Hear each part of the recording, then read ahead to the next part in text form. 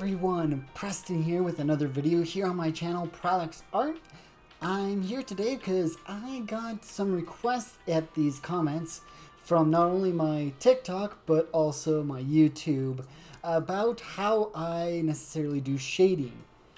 Now, I will be going through multiple tutorials and probably multiple videos for this to get you guys into an understanding, because not only did the YouTube one ask about anatomy, but it also asked for shading and color. So there's going to be multiple videos for this, and it wouldn't be one really quick tutorial about any of this, because it took me a couple semesters in college to understand this, and I'm going to try making it into bite-sized pieces for all of you. So before we get started into the tutorial, just remember to hit that like button, comment what you guys think and what I should talk about more in depth from this video or in future videos about art and the process I do, as well as subscribe.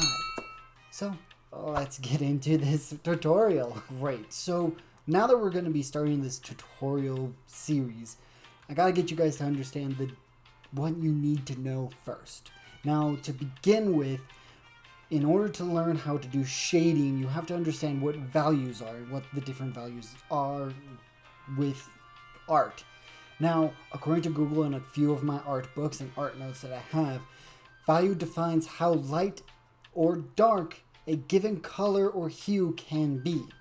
So that's showing how, different things can be black or lighter, like white or paper and things like that. So that's what value is. Now, as artists, when we're learning how to shade, we're trying to understand how values work with different shapes and objects to make them look like they have form in a two-dimensional image. And that's something that artists are very keen on learning how to do when it comes to shading. Now, the easiest way to learn how to do that is through the different ways of understanding the different scales of values that are out there. I personally like the 9-point scale, but a lot of artists, if you're just starting out, I would recommend getting into the 5-point scale. Now, these different scales are about the strength of whether it goes from 1 or 0, which is white, to black. I usually go the lower number is white, the darker number is the higher number. That's my preference. Other artists have gone 0 is black, 5 or 9 is white. And those different ways are going to affect how different artists shows things. The value scales are a way to understand how to implement shading or even practice gradients with yourself. Now, obviously, there's going to be different ways to do that. As a digital artist, there's 100 ways to do gradients through Photoshop, Clip Studio Paint, and so many other programs out there. But there are a few that I use in my professional and personal work on a daily basis. Now that you've practiced a little bit on testing out how to see values a little bit easier with the 9-point scale, now it's time to actually try blending them, trying to make it look like it's an actual image with the different ways I use gradients. Now that we've practiced the value scales for art, we can start testing out different ways to make them into a gradient or a smooth transition between the 0 to 9 or 0 to 5.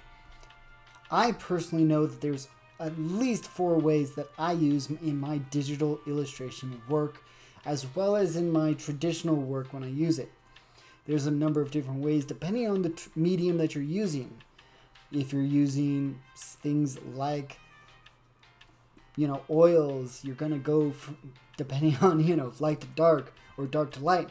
Watercolors are 100% light to dark and so on. But I'm going to show you the 4 ways that I use in my artwork in the digital format. Obviously, the easiest way in Photoshop and any other digital device to make a gradient between one side to the other is using the gradient tool. This is a helpful tool. I think it's the easiest way to make a gradient, and I've seen several artists use it to make phenomenal art just by using the gradient tool and the shape tool. So this is obviously going to be the easiest way to make art. Now, the second way to make a gradient in the digital format is using a soft brush. There's a number of different ways. Depending on the program, it's either directly a airbrush or a soft brush tool that you can get. In Procreate, I know for a fact they have an airbrush tool or airbrush specific brushes, while in Photoshop, there are brushes called airbrush or soft brushes that you can use for this gradient style. Usually while using this tool or brush, you're using the eyedropper tool to catch those specific colors that you're wanting to use to implement through this. Now the third way that is a little harder to do because it's very much a stylistic choice is a more painterly brush style where it's hard shapes or a broken up shape brush that allows you to either use the eyedropper tool or you just use the colors that you're wanting to do to make the colors blend. And you just kind of overlap them to make this blending style. This is a very difficult way to make a gradient because it's so stylistic. But once you understand how to do that, you can pretty much go back to traditional as well and do it again and get the same effect. The fourth way, which I think is the most time-consuming way to make a gradient in art, is actually hatching or cross-hatching. Now, this way is using lines to either go singular one by one repeatedly or singular one by one thicker, where you make sure you're making thicker lines, as well as cross-hatching, which is you're using overlapping lines, whether it's in one direction or the other, to make a multitude of different gradients going all the way to black. This is what you use when you're trying to do line arts or trying to make things a little bit more line weight wise to make a comic book style, I think.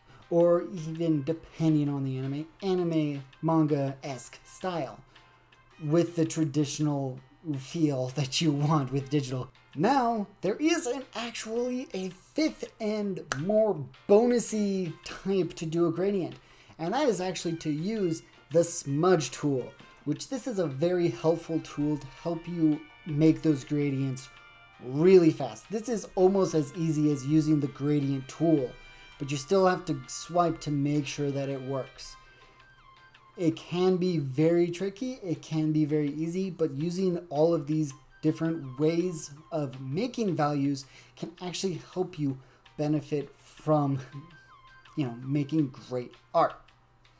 Thank you so much for watching this video. I'm not used to making tutorial videos at all about anything. And this is a very beginner, try to get you the base understanding of how shading values works. Because without understanding how shading values works, it's going to be hard not to implement that into other artistic endeavors like anatomy or shapes or color, because this is the base. This is why a lot of artists start out with studying values. So again, if you guys like this, please comment what you guys think about this tutorial, like the video, as well as subscribe for future tutorial videos for not just beginners but maybe intermediate artists as well, to go more in depth with these different parts of being an artist as well as making art. So thank you again, and I hope you guys all have a great rest of your day. Bye.